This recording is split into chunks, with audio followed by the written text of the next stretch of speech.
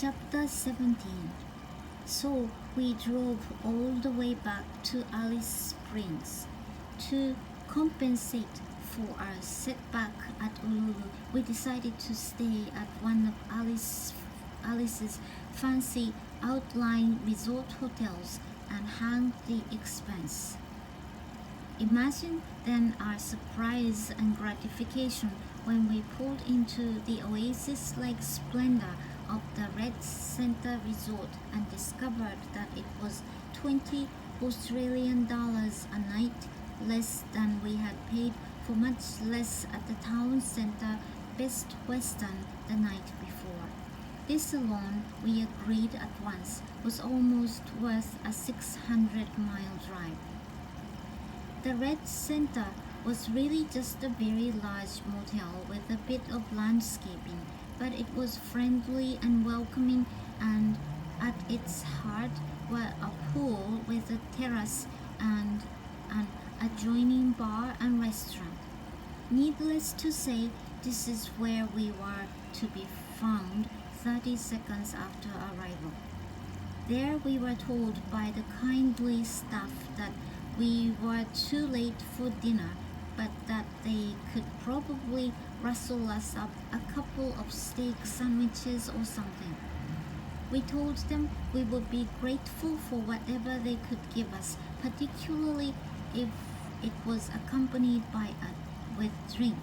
Then took a table by the pool's edge where we sat watching the tranquil shimmer of the water and savoring the delightfully warm and wholesome desert air under a sky spread with stars. Suddenly, life seemed pretty good. Our driving was behind us now. We had seen Ululu, too briefly perhaps, but sufficient to appreciate its wonders. And here at the Red Center we appeared to have landed on our feet. Alan announced his intention to spend his final day in Australia sitting in the lounge beside the pool, reading inferior fiction and working on his tan.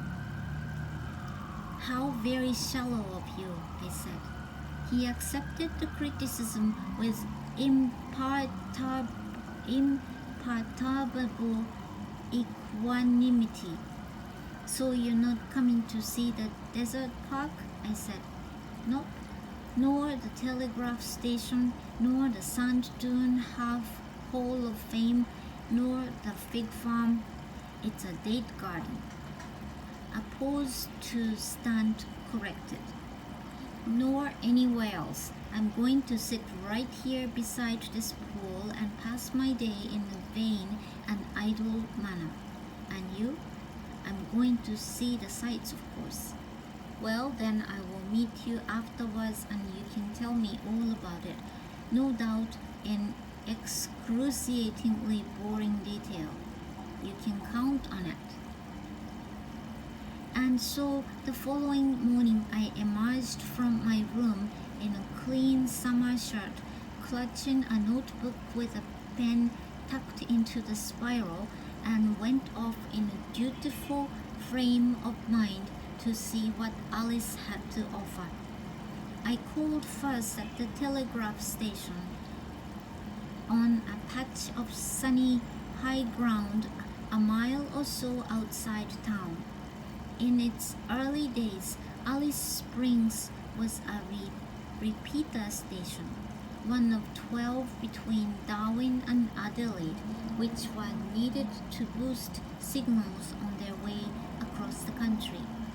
What a forlorn and tedious existence that must have been, stuck in the middle of a suffocating nowhere, endlessly tapping out second-hand messages involving people you would never see or know, living in places you could only dream about.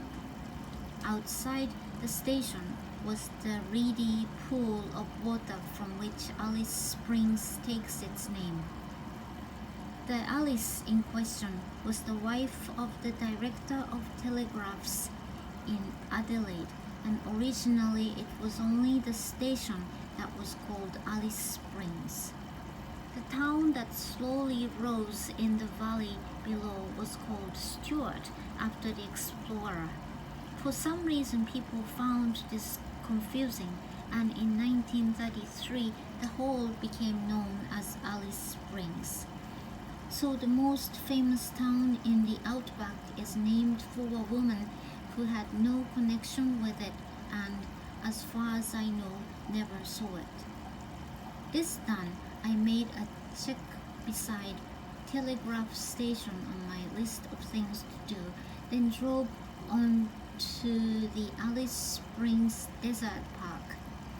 My expectations frankly were not high, but in fact it was splendid. It's run by the Parks and Wildlife Commission of the Northern Territory. What they have done is recreate over a large area 3 primary desert habitats, one that is very dry, one that gets a little moisture, and one that is normally dry but occasionally it is swept by flash floods. This alone provided a worthwhile lesson. It makes you realize that deserts in their quiet, arid way are as varied as other environments. But I was also grateful to find various shrubs and other plants labeled and explained. It was a pleasure to be able to say, so that's kangaroo paw. Well, I never. And let's see if this is spinifex really does hurt as much as Ernest Giles said. Why, yes, it does. Scattered at intervals were large walk-in enclosures containing birds and other small desert animals, bandicoots and bush-tailed possums and so on, with labels detailing their habits. Best of all was a large nocturnal house where all manner of night creatures endlessly prowled and hopped and sniffed the air in a succession of nighttime dioramas. The display area was so faintly illuminated that it was actually possible to walk into walls and glass panels, but as my eyes slowly adjusted, I was able to pick out an amazing diverse and rewarding range of small marsupials, potoroos and bettongs and bilbies and numbats and quolls and much more. Because Australia is so vast and arid and difficult landscape to study, and because the modest population base produces comparatively few scientists for the amount of ground to be covered, and because, above all, the animals within it are so often small, furtive, nocturnal, and sometimes mysterious, even now nobody really knows quite what is out there.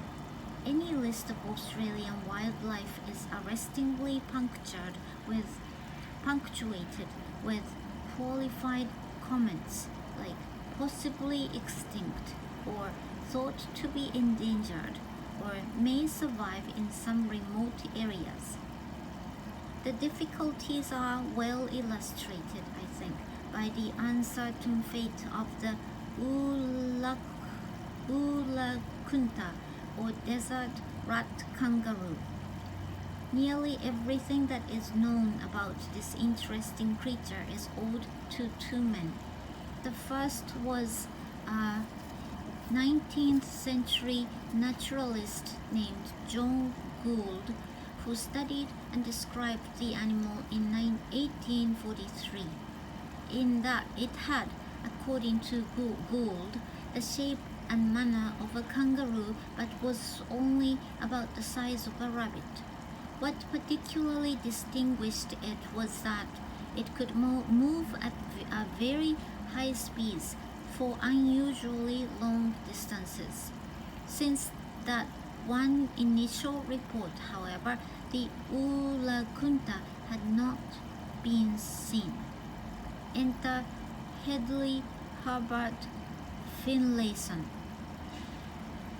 Finlayson was a chemist by profession but devoted much of his life to searching for rare native animals.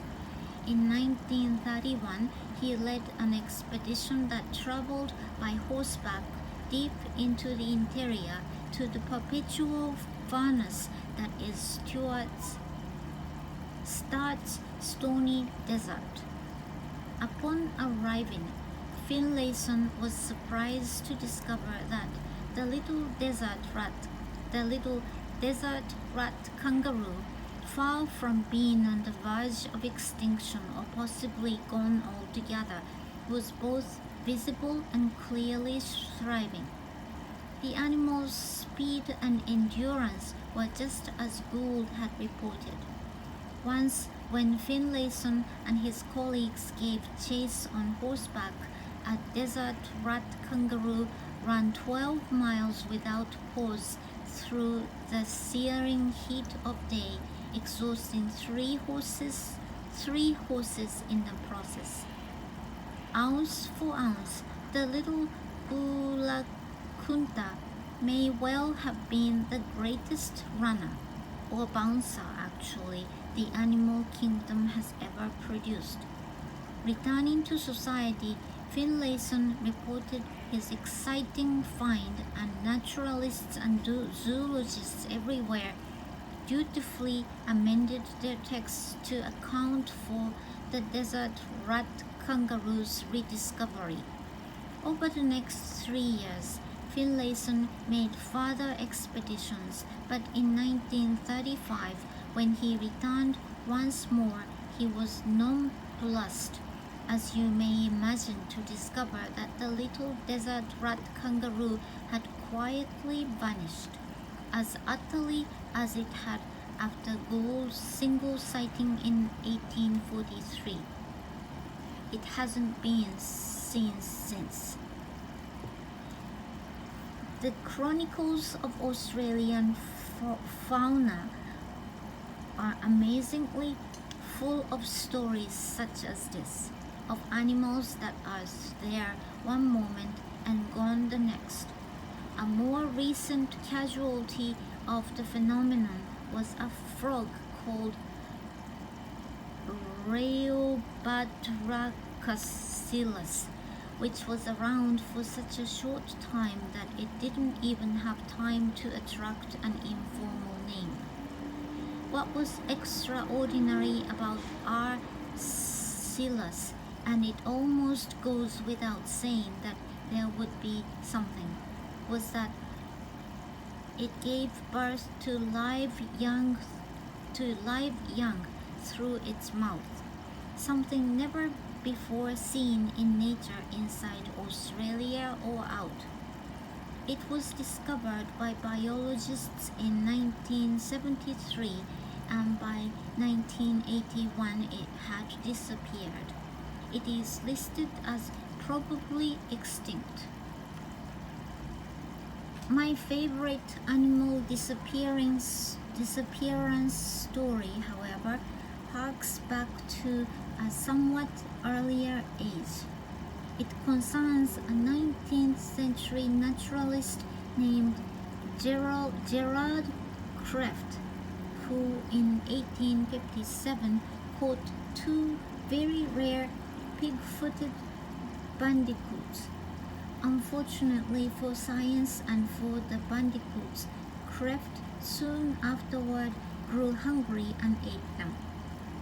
They were, as far as anyone can tell, the last of the species. Certainly none have been seen since. Krefft incidentally was later appointed head of the Australian Museum in Sydney, but was invited to seek alternative employment when it was discovered that he was supplementing his salary by selling pornographic postcards. I am sure there must be a moral in there somewhere.